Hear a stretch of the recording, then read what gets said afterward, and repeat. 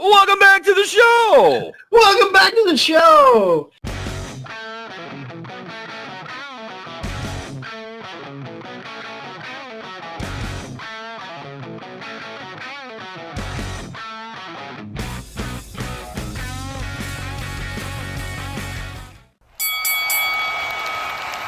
And now, your hosts of the Card Subject to Change podcast, the For Frequency's Sake Tag Team Champions of the World, the Wizard CZ, and Never Wrong Nick Gold.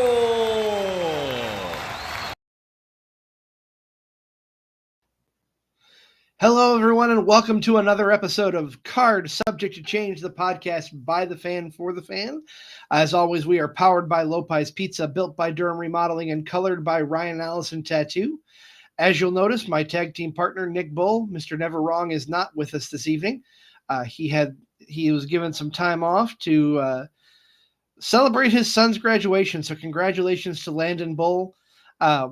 But I've got a great show planned. I'm excited for our guest. Before we get him in the studio, have to give a huge shout out to Absolute Pro Wrestling last night for an amazing show, another pre-show podcast party, which was fantastic.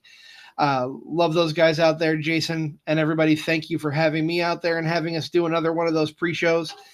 But speaking of Absolute Pro Wrestling, excuse me, we have a now former Absolute Pro Wrestling champion, and I hope that doesn't hit a sore spot for him because he just is fresh off his title reign, losing to Brandon the Shank Eubanks last night. But I'm going to welcome in to the studio one Aaron Von Baron. I'm excited. Aaron, how you doing, my friend? Hey, how are you, Chris? I'm doing good. Welcome to Card Subject to Change. Thank you for having me. Absolutely. Happy to have you on. And this is the point in the interview where Nick will usually ask the first question, and it's the same question for all of our first-time guests. So I'm just going to pull the trigger. What got you into pro wrestling? What hooked you into this business? So my oldest memory of pro wrestling was something to do with Hulk Hogan. I can't even remember. It was probably a Saturday night main event or something. But then the next memory I have is Shawn Michaels throwing Marty Jannetty through the glass at the barber shop. Now, I'm going to hold that against you because Marty Jannetty threw himself through that window in an act of cowardice. That is fair. I will stand by that to my grave. That is true. That's true. But yeah, and from there, I mean, it was just, just the love of every aspect of it, it's superheroes, it's athletes, it's everything all rolled up into one that, a little boy could want. Absolutely. So who did you gravitate towards? You mentioned Shawn Michaels. That's a great name to bring up. Who are some of your favorites growing up? Yeah. So my favorites, Hulk Hogan, no matter what, everyone hates him now. I still think he's one of the greatest of all time. Shawn Michaels, one of the greatest of all time. Bret Hart, one of the greatest athletes of all time. Mr. Perfect was up there. And I got to even say, and a lot of the guys back in the day after I started, they used to compare me a lot to Chris Benoit. I used to love to watch him, especially in the late 90s WCW days. Then Chris Jericho. Yeah, there's a lot of guys. You mentioned Benoit, and I will just go on record. I don't condone or agree with what he did. Same. That is just tragic and despicable act, but I can't knock his career. He was a brilliant in-ring performer. And I will always respect the in-ring performer, even if I don't care for the man himself. And I feel the same way. You mentioned Hogan. I feel the same way about him. He has done some things that I don't agree with in recent years, but he was pivotal in the business. The wrestling world would not be what it is today without Hulk Hogan. Right.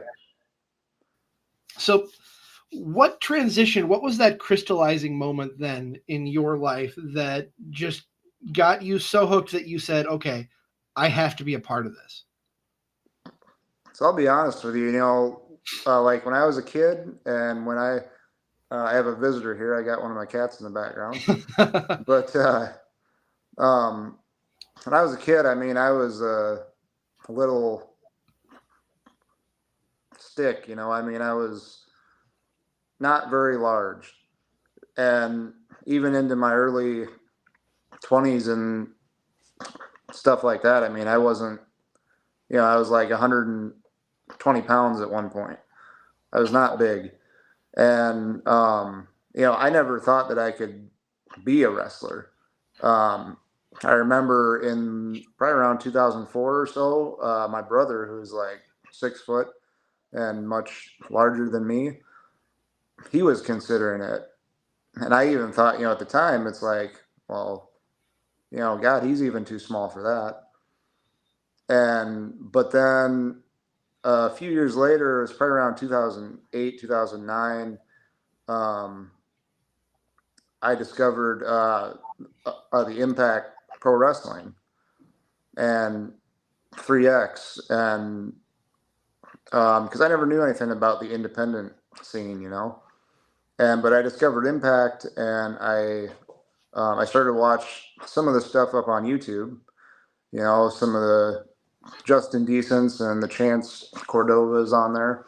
And I thought, wow, so they do this at a lower level, than like the WWF, WWE.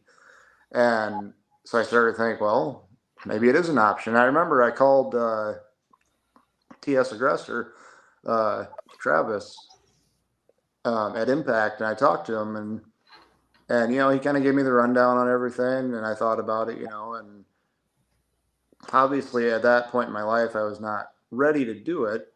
I was not in the shape for it, but that was where, again, that was where my brother came in, because he had gotten into working out, and he got me into working out, which led me to get where I thought I needed to be.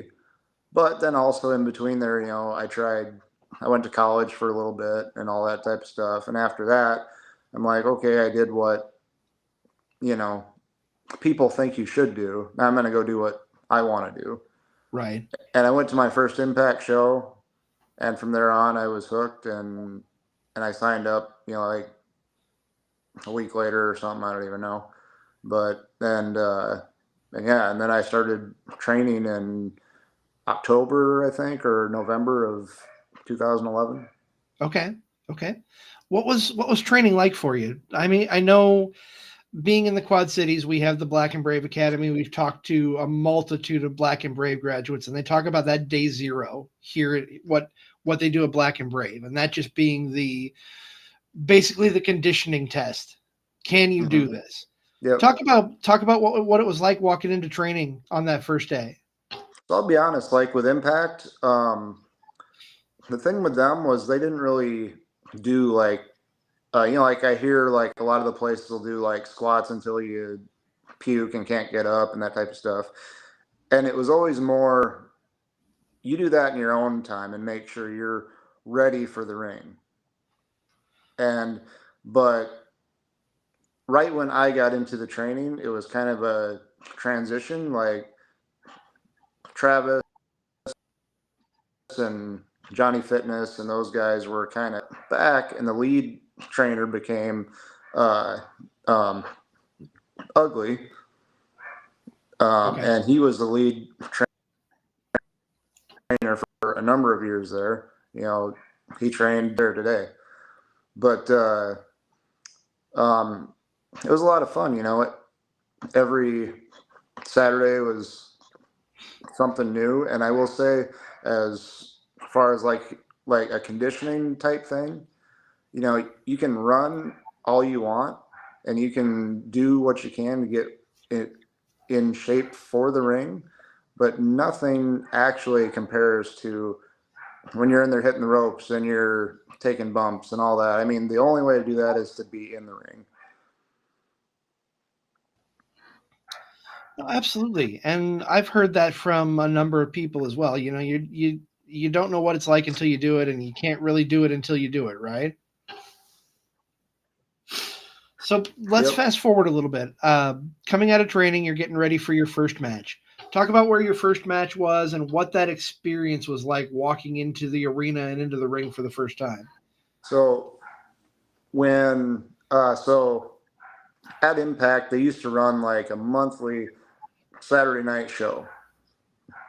Excuse me. And that was just how they did it up in Algona. And right when it was about time for my first match, they decided to start doing Saturday matinee shows like every week to get everybody more experience in front of a crowd. Now, so some of those shows, there'd only be 2 or 3 people. And, a couple of times we packed the place. But so I remember my first match, I wrestled the Playboy Anthony Draven. And I remember we just had a nice little solid match. I had a great time. I don't really remember a lot about it. I mean, that's been a while ago. But I do remember as far as the first match, I know he was happy with it. I was happy with it. For sure.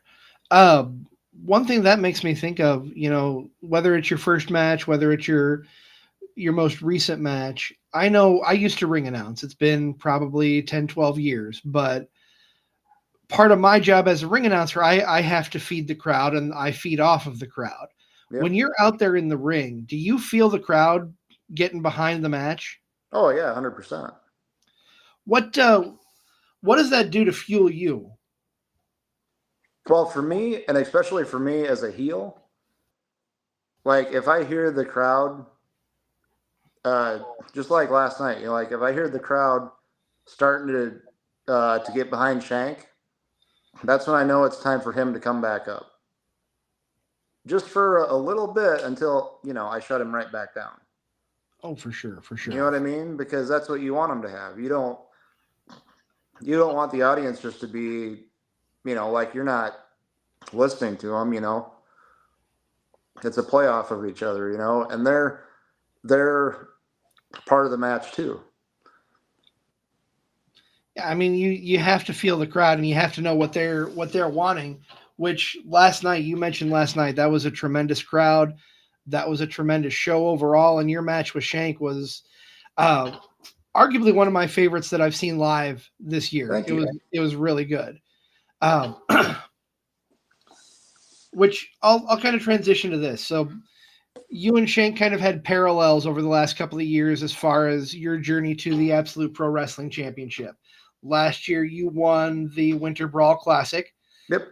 Which I was there for. And that was a little bit of a sneaky win. I love how that played out. You were injured and then you weren't injured and came back to win. Yep. Talk about winning the Winter Brawl Classic and then what it meant to you to move on to eventually hold their championship belt. Well, so to get into the backside of that, I had actually just came off of a hiatus of sorts. Back in the September of the previous year, my dad had passed away, and then in like February or so of that year, I had found just a fatty mass on my leg. Ooh. that they removed, and it was fine. It was nothing. And this is another thing. I'm type 1 diabetic. Okay. And so that's another thing. To the people out there who have it, you can do anything. But so they removed the little thing on my leg. They said that diabetics, they get them all the time, so it's nothing to worry about.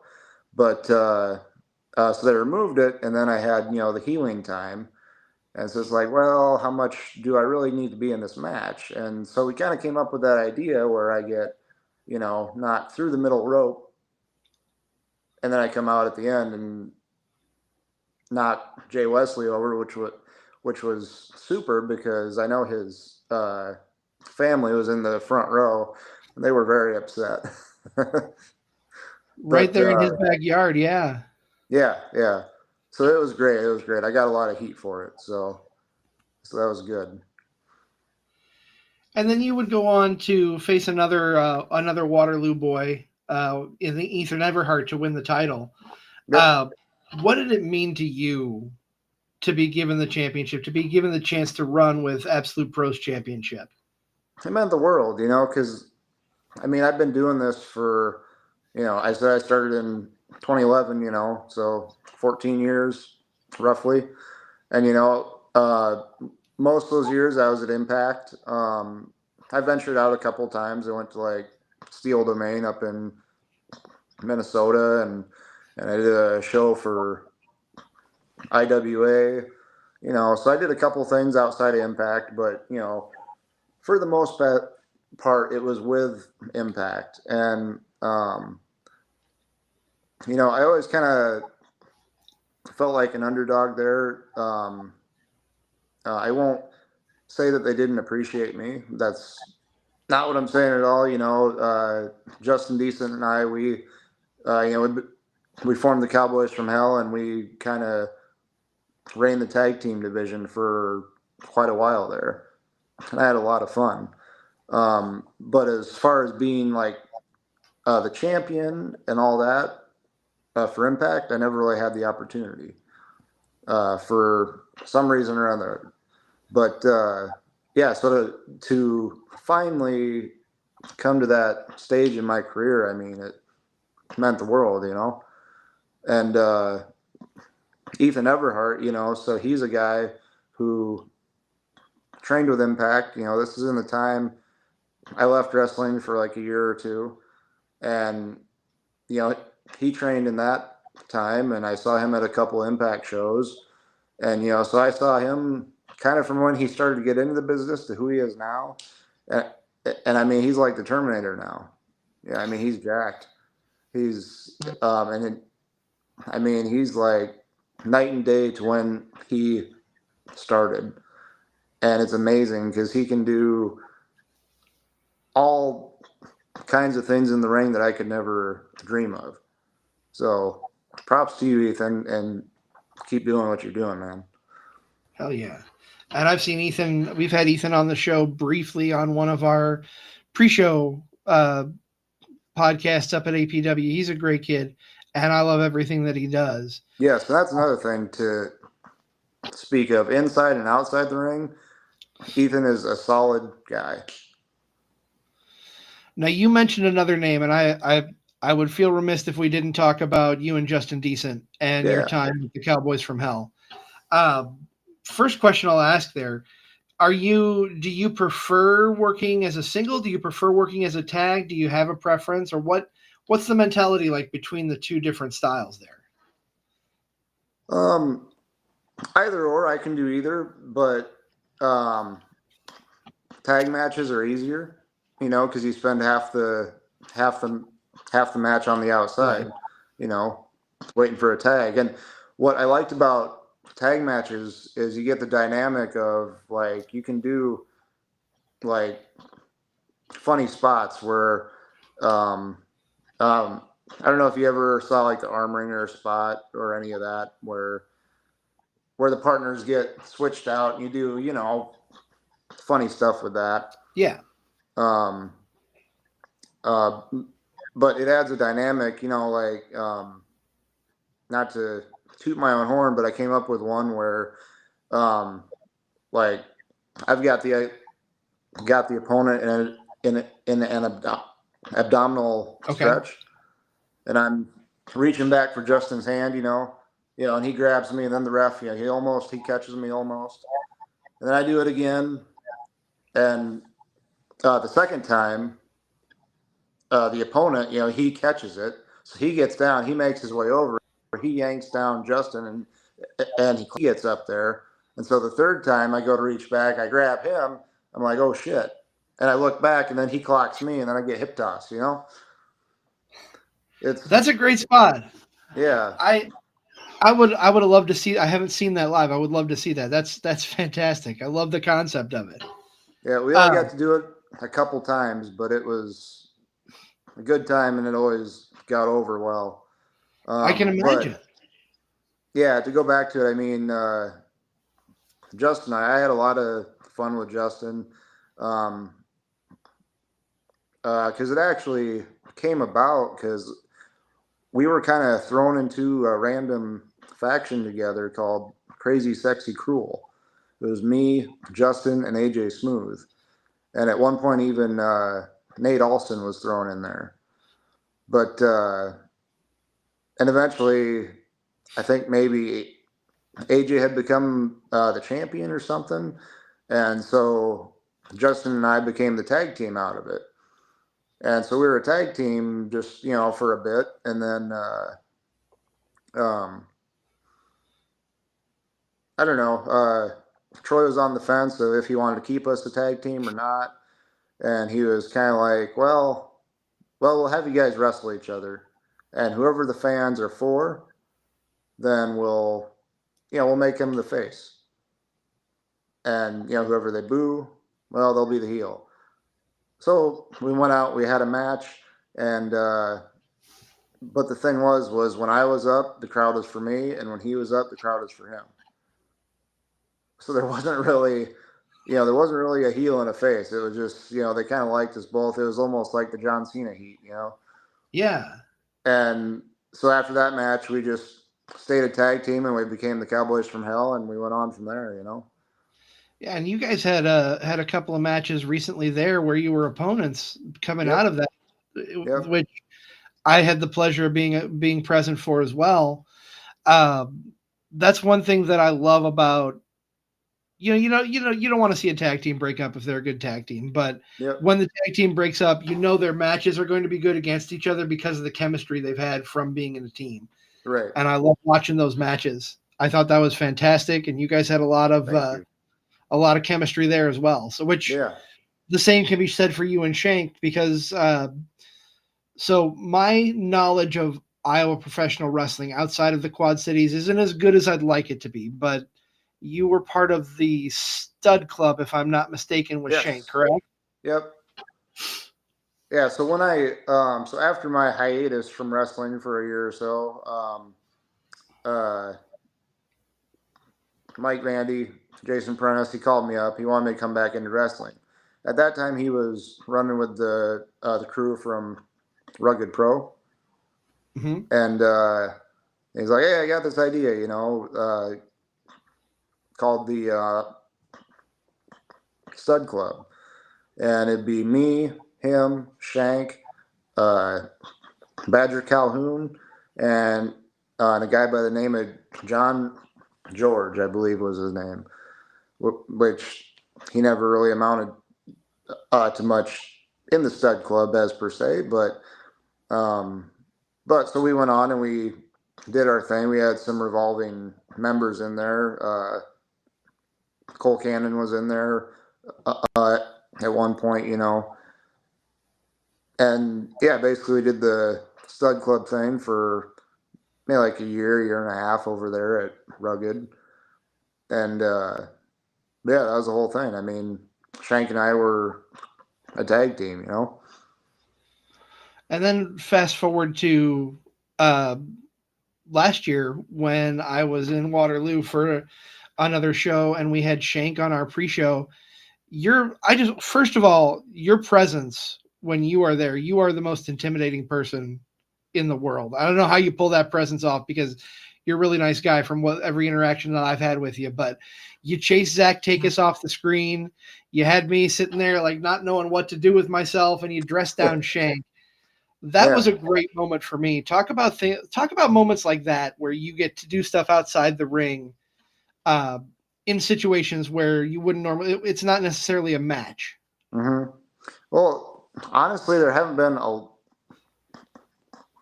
a lot of them over the years. Like with Impact, there wasn't a lot of the vignettes outside of the ring. I know, like myself and Jason Prentice would do some things here and there, but yeah. So up until Absolute, I mean, there wasn't a lot of that, and even still, there wasn't much. But that promo on Shank, I kind of had a running idea of what I wanted to say and what I wanted to do. You know what I mean? And it just kind of flowed together, and it came out exactly how I wanted it. So I thought it turned out really well. Yeah. I know I enjoyed, that was one of my favorite moments of going to Absolute Pro, even though, you know, on screen I look like I'm scared shitless, for lack of better terms. Right. And like I said, you you chase Zach off the set completely. Yeah. So I'll ask you this. You know, I talk about your menacing presence here. You've worked face, you've worked heel. What drives you more? Do you like being the heel more often than not? Yep. So you feed into the boos from the crowd for sure. Yeah. Yeah. Like, you know, like you said, I've done the face. I found it much more fun to be a heel. You That can be a being lot said, more you don't sell merch, but right. But it gives you a little more freedom from what I've seen to do things that you wouldn't normally do. Yeah. You know, you can yell at the fans. I mean, you can coax the fans on either side of the fence, but Sure. you know, it seems a lot easier to get their attention when you're doing things they don't like rather than what they do, in my opinion. Right. Yeah, because everybody can be just the guy who comes out and, yeah, cheer for me. I'm this guy. You know, you see it all the time. So it's more fun to be the guy out there who, you know, who does the dastardly thing that everybody hates. What we always kind of transition and talk about like current product. Are you watching current product today? Are you watching anything today? What kind of gravitates or what grabs your attention in today's world? Yeah, I do. So for the longest time, you know, I wasn't really watching anything because, you know, with streaming, you know, the price of cable, we opted toward streaming. Right. So, so we didn't have like USA or any of that to watch Monday Night Raw or anything like that up until they moved it to Netflix. So now me and the wife have been watching Raw, you know, almost every week, which goes back to, I mean, when I was a kid, I don't think I missed Raw, you know, up until maybe the mid, like 2014, probably. You know, it was just a thing. I had to watch it. But so we've been watching that. We did try to watch AEW, and I'll be honest, I just couldn't really get into it. There's a lot of, like, I don't know, maybe I'm just one of those guys, but like, you know, I loved it like when I'd see like Chris Jericho. I know there's a lot of talented individuals on there, and some of the matches are fun to watch, and others are just kind of like, what the hell am I watching? The thing for me with AEW, and I hate to say it, they were a lot better a year or two ago, first of all. Mm-hmm. Second of all, it just feels like it's more, here's a dream match that we think you want to watch, and not so much of, here's a story that we're going to get you captivated in and make you want to watch the match around the story. And for me, I would rather see the story than the match. I mean, don't get me wrong, I love a good match. I don't gravitate towards Dave Meltzer and his star ratings. We poke fun at him all the time, but you know, I can agree. I know a 5-star match when I see one, and Right. I'll enjoy the match. But if there's not a reason to watch the match, what's the point? Right, because to go along with that, like, I think it's Ricochet and I don't even remember the other guy's name, but you know, they can do like where they handspring off the ropes and they're right where they need to be, and it looks like, you know, I hate to say it, it looks way too choreographed for me. You know, and that's just one person's opinion, but I would much prefer a match where it looks like it's real. I can agree with that. Let me ask you this: talking about AEW, I know you're not very into the product, but as a now former champion, one thing that really bugs me about AEW is they've got their championship title, their main title, hidden away in a briefcase. It's been like this for almost a year, if not a year now. Is that because of the CM Punk thing? No. Oh. It's because of the story that John Moxley wants to tell. Is it's like he's holding the championship hostage. His I don't know if you call her a valet. Well, I'll call her a valet. That's the best way I can describe her. But Marina Shafir carries a briefcase with her that allegedly has the title in it, but you don't see it on TV, and that irks me. Yeah. You know, as a champion, you should be because then what's the point to watching? Right. Yeah. You should be proud to be holding that belt, and that belt should be displayed prominently. If you're the promoter, you should have that belt as prominent as you can out there for people to see. Right. And I 100%. Yeah, that's the reason. I mean, that's that's what the main event's about. Because that's the other thing that bothers me a lot about like WrestleMania. They're getting away from the title. You know what I mean? Like, while I can agree that storylines are important, but then make the storyline about the title. Yeah, I can't. The title should always be the main event. My opinion. No, I agree. And WrestleMania, that was another thing that Nick and I would go back and forth on. Is you had night one with the triple threat between Punk, Roman, and Rollins. Yeah, that's a great match, but it was. There was no point to the match for them to have a match other than they just hate each other. Right. If that match had been like for a shot at the championship, it would have meant so much more. Right. All it was for Paul Heyman. Right. Which I mean, in a way, is like it's a championship. So yeah, I mean, if you got him, then you got gold. That's true. That you're not wrong, because he's the best manager in the business today, and probably number 2 on my all-time manager list, right behind Bobby Heenan. Yep. I'd put Jason Prentice up there too. Yeah, I can see that. I'll give props to Jason Prentice. He's fantastic. Man, my brain just froze. I had a place I was going, and then boop. Oh yeah, that happens sometimes. Yep. What is something like with you mentioned streaming, with the availability of wrestling, whether it's past, present, or upcoming stars? Wrestling is everywhere. You can click a button and you can watch anything you want. What's something that you can go back and just watch over and over again? I mean, anything from my childhood. And to go with that, there's a lot of times when like Raw was on and Nitro was on, where I would miss Nitro because I flipped to Raw, because I always did. But so sometimes I can go back and watch the Nitro. I've gone back and rewatched some Nitros, some Raws, any of the WrestleManias. I mean, yeah, all that. It's probably the nostalgia, but also there's a lot of great wrestling in there.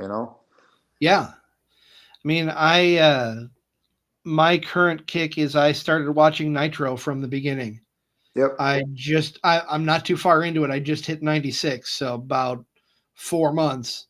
Yep. But I love going back and watching that old stuff and having it available. I was watching. Show up yet? Not yet.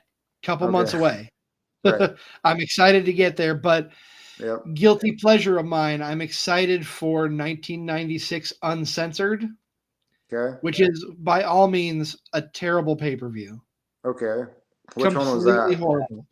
That is the one with the 3-tiered cage, Hulk Hogan and Macho Man against everyone else on the roster. Yes, I watched that one a while. I mean, it's been a number of years ago, but I watched that match. Yeah, I know what you're talking about. It's so awful that it's fun to watch. But Yeah, I'm almost there. I'm in January. I think that was the February or early March pay-per-view of that year. right. And then everything turned around when Scott Hall showed up. Well, and to go back to that, me as I was like 11 years old, and to like, I still vividly, I remember, like watching that, and like me and my brother, we thought it was real. Like, Yeah. Razor Ramon's, he's over there. They're there,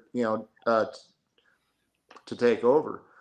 Like the first probably 6 months, like it seemed like they did a good job because it seemed like it was real. Now, when it became a full on, NWO and then the red and black and all that, at that point, it's not real, but it was Right. still entertaining and still fun. So in your opinion, when did the NWO jump the shark? Oh God. A lot of people hate on the finger poke of doom. Okay, that's fair. I don't.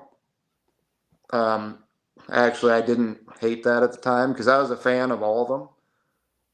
Like I loved Hogan, I loved Nash, I love all those guys. The only ones I didn't really care for, honestly, were like Sting and Lex Luger. I was just never a fan. But God, they probably, they jumped the shark when they just kept adding more and more people who didn't matter. Yeah. Yeah, I mean, no offense to someone like Scott Flash Norton, but did he need to be in the NWO? Right. I will counter that though. I agree completely, but you wouldn't have had the Wolfpack if they hadn't been continuously adding members. And the Wolfpack is probably my favorite version of the NWO. That's just my opinion, but no, Lex Luger, Sting, Conan, sorry, Kevin Nash. I thought they were a lot of fun. I thought. Yeah, I agree. I mean, it was a great idea to take a heel faction and make them faces. Yeah, very much so. Yeah. So I want to play a little fantasy booking with you as we kind of get a little further in here. Show's called Card Subject to Change for a reason. Okay. Is there a storyline that you have watched or seen that you would really want to be a part of that you think you could make a difference in? Katie Vick. Oh God. I was not expecting that. That's all I'm going to say. Wow. We're just going to leave that there. I'm going to leave that right over there. Yep. We're gonna steer away from that. The best part is that you knew exactly what I was talking about. Some people, oh yes, yeah, some people might not. If you don't know what we're talking about, use precaution or be prepared, but do some research. Go find it on your own. I'm not going to talk about it. No. Yep. What about opponents? Is there anyone past or present that you have not been in the ring with? Whether they've been on the indies, whether they're big names that you would like to step in the ring with, living or dead? God. Well, yes, there is actually. Johnny Fitness. Okay. I don't know if you know who that is or not. The name's familiar, but I'm having trouble placing it. So he was one of the big names in the early years of Impact Pro Wrestling. Okay. Right? So when I started to train, he was just kind of getting out of it. Like he'd be there sometimes he wouldn't. But he, I don't know, he took a liking to me and he supported me. We became friends. But at that time, he was getting older. And, the only time I was ever in the ring with him was like in an 8-man. tag, which was fine, but you know, we didn't really have any interaction. But I would have liked to have gotten in there with him once.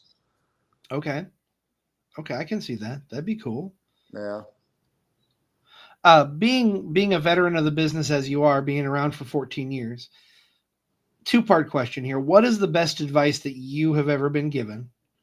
And if you were to give any piece of advice to today's up-and-comers, what would it be? These are the hard ones. Yeah, we're getting tough now. Yeah. The best piece of advice I've been given. I don't know if it's advice, but one thing I've learned is, and you may have heard this too, and it kind of goes along with, you know, like the Hulk Hogan type stuff, is a lot of times the guys who are the biggest faces are not very good people outside the ring. If that makes sense. Yeah, I'm right there with you. What would you tell those young kids that are coming into the business today? The young kids, I would say to know that you have a bump card, because every time you take a bump, you're checking one off that list, and they add up really, really quick. And accidents can happen at any time. I mean, I broke my leg back in 2013. You know, I might have broken my foot last night. I don't know yet. But the point is, you know, and to work carefully with each other. You know, that's the main thing, is we all want to go home and be okay the next day. Right. But at the same time, you know, some people will say, that's fake, right? Well, no, it's not. It's 100% the opposite of that. And I agree. I don't like that terminology of fake. Is it predetermined? Sure. But you're not going to see me even climbing up to, I won't even climb up on the first turnbuckle, let alone the second or the top. Right. And I'm damn sure I'm never going to jump off. And the idea of me taking a bump, at least right now, with the shape that I'm in, Yep. no. You gotta have some tremendous athleticism to do what you guys do in the ring. Right, and I'll go back to that. And it shows, you know, you.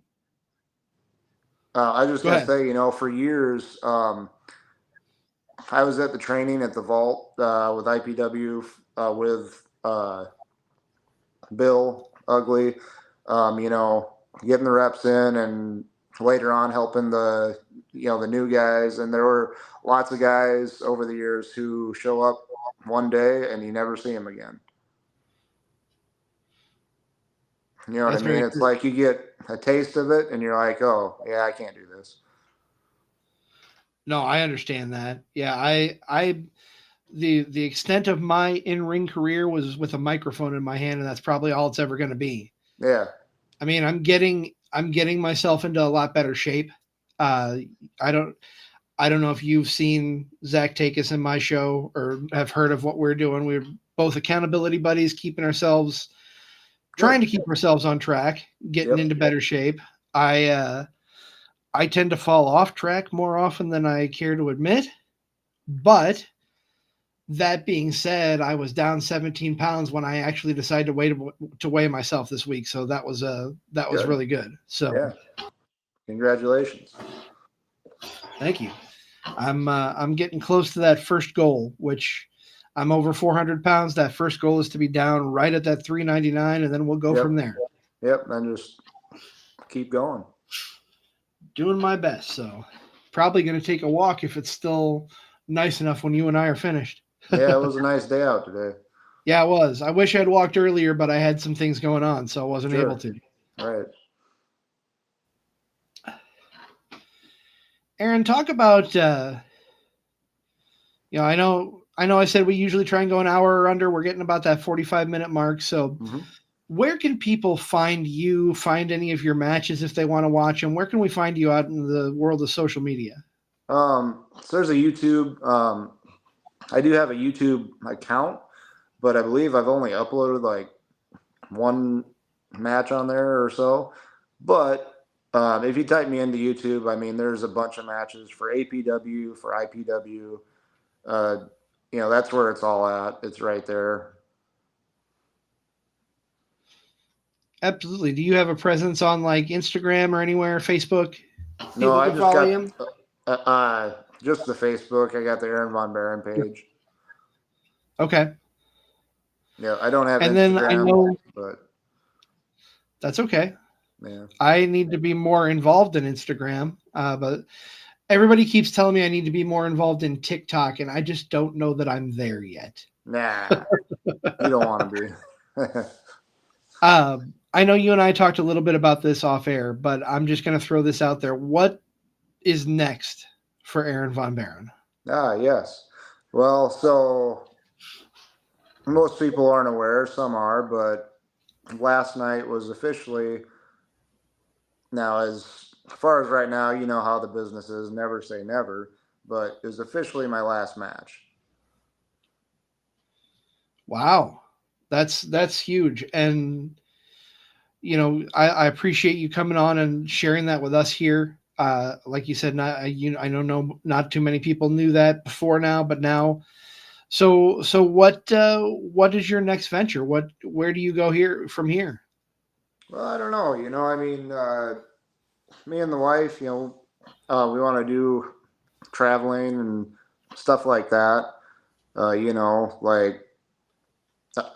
got some trips upcoming here, and it's a lot of that, spending time with the wife and the family, and absolutely nothing wrong with that. yep. Anything? What are you going to miss most now that you're essentially leaving your boots in the ring, at least for the time being? Most I'll miss is the friendships. Not that we won't still be friends, but if you're not at every show, then you're not going to see them as much, Yeah. That's one thing I love about being a part of what we do, and particularly going to Absolute Pro is it's really, it's not just friendship, it's a family. Yeah. I love everybody I've interacted with there. I love that they have us be a part of things, and that's one of the things I love about doing this show is getting to know new people. Having, like yourself, you haven't been on before other than briefly on one of our pre-shows. Yeah. Getting to know new people, what their journey was like, and I look forward to doing that for however long God lets me. We'll put it that way. Right. Many more years. I hope so. Until Nick kicks me out when he gets tired of me. Yeah, or that. He our joke lately has been calling me the overbooker because I tend to book more shows than he cares to be on. Yeah. But my life is work, sleep, wrestling, repeat, pretty much. Yeah. And if that's what you love, then do it, So, well, Aaron, any final words you have for our audience? Any final thoughts today? Not off the top of my head, other than, I just want to thank, all the promoters, all the wrestlers, anybody I've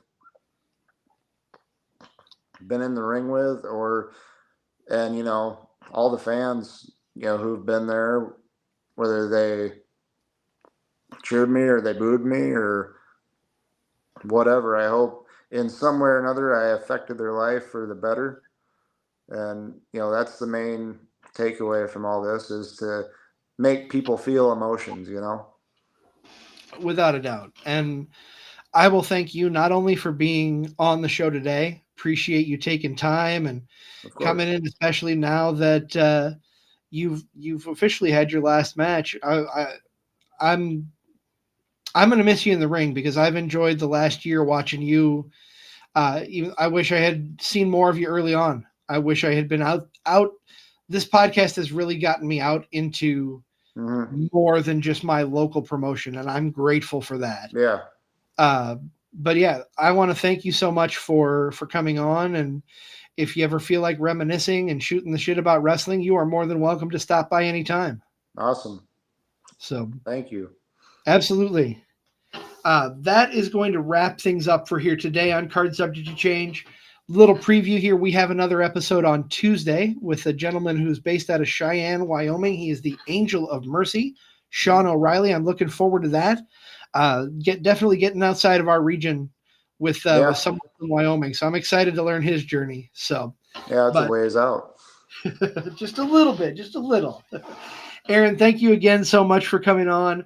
Thank you all for tuning into Card Subject to Change. We are the podcast by the fan for the fan, powered by Lopez Pizza, built by Durham Remodeling, and colored by Ryan Allison Tattoo. We'll see you right here next week on Card Subject to Change. Thank you, sir.